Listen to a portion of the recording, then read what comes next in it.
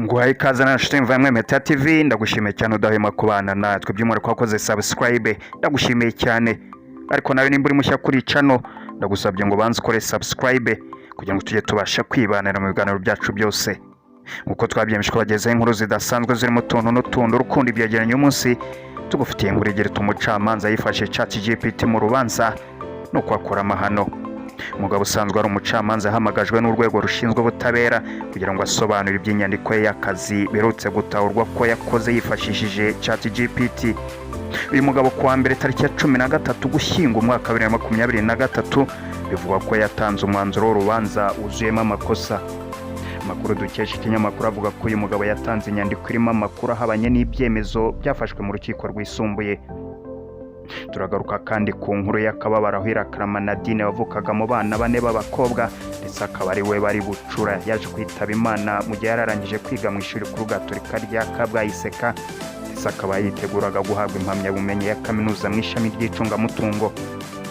Byinshi kuri izi nkuru mu buryo burambuye, ndagusabye ngo bane natwe tugerane ku musozo.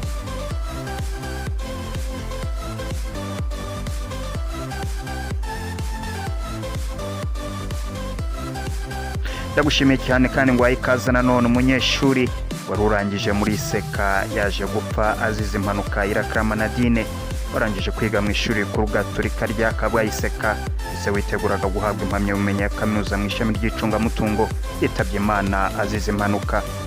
Mu ijoro ryo ku itariki ya 14 Ugushyingo umwaka 2023 nibwo hamenyekanye inkuru y'incamugongo mu banyeshuri biga mu ishuri kuri Gatolika rya Kabwayiseka no ku muryango we Nadine witabye Imana.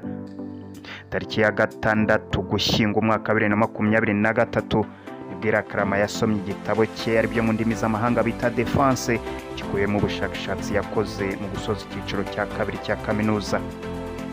Nadine yitabye Imana azize impanuka yakoze tariki ya 10 Ugushyingo umwaka 2023 bibera mu karere ka Ruhango ubwo yavaga ku kazi yakoraga nk'umwanditsi secretary ku ishuri ry'urwunge rw'amashuri rya Munanira rihereye mu karere ka Ruhango murenge wa Kabagari akagari ka Munanira. Impanuka yayikoze yerekeza muri seka gukosoza igitabo kugira ngo abe yakwemererwa kugishyira mu isomero ry'ikigo. Ubwo yarimo agenda n'amaguru yagonzwe n'imodoka yo mu bwoko bwa Dina imwangiriza igice cyose cyo munsi y'urukenyerero. Akimara kugongwa yahise ajyanwa mu bitaro bya Gitwe gusa kuko yari yangiritse cyane ahita yoherezwa mu bitaro bya kaminuza bya Butare CHUB akaba ari naho yaje kugwa. Umuvugizi wa polisi mu ntara y'Amajyepfo SP Emmanuel Hariyaremye yabwiye Kigali Today dukesha iyi nkuru kwimanuka ikimara kuba umushoferi wari uyitwaye witwa Migambi Jean Damascene yagonze uyu mukobwa agahita acika kugeza n'ubu akaba agishakishwa n'inzego z'umutekano.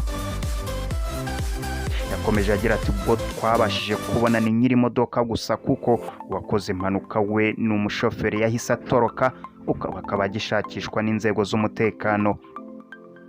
SP Habiyaremye avuga ko impanuka yatewe no kutaringaniza umuvuduko w'imodoka bituma agongera Nadine warimo agenda n'amaguru mu muhanda w'igitaka.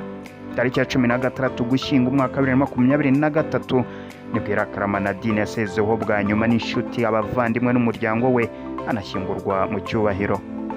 Umuhango wo gusezera ku mubiri wa nyakwigendera wabereye iwabo mu karere ka Muhanga umurenge wa Cyeza ukaba waritabiriwe n'abantu batandukanye barimo abayobozi ba Iseka abarimu bamwigishe ndetse na bamwe mu banyeshuri ba Iseka n'abaturanyi n'inshuti z'umuryango. Bimwe mu byaranze ubuzima bwe byagarutsweho n'umuvandimwe we ndetse nabo babanye bavuga ko yarangwaga n'urukundo no gukora cyane. Zasingizimana Clarisse umuvandimwe wa Nadine yavuze ko murumuna we yarazi gushaka inshuti asaba abo babanye ko bakwiye gukomeza kubaba hafi. Ati inshuti ze mukomeze mutube hafi kugira ngo ubushuti bwanyu butazajyana nawe kugeza yakoze akiriho bikibagirana. Umuryango we wagaragaje ko uhombye umuntu w'ingirakamaro kuko nubwo urupfu rumutwaye akiri muto yari umwe mu bantu bafashaga umuryango we gufata ibyemezo mu bintu byabaga byabagoye kandi akabafasha no gukemura ibibazo babaga bahuye nabyo.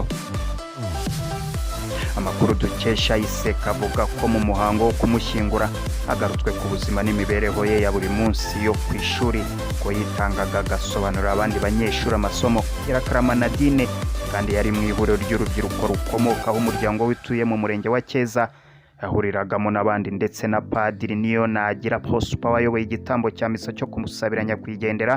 Akaba yavuze ko abuze inshuti nziza kuko bahuriraga muri iryo huriro ry'urubyiruko ruvuka Icyeza. Irakarama Nadine wari ukiri ingaragu yitabye Imana ku myaka 28 yonyine, kuko yavutse tariki ya 13 Mutarama 1995. Akaba yarize amashuri abanza ku kigo cy'urwunge rw'amashuri cya Cyeza, amashuri yisumbuye yakomereza muri ACG Karama. Akaba yavukaga mu muryango w'abana 4 b'abakobwa ndetse akaba ari we wari bucura.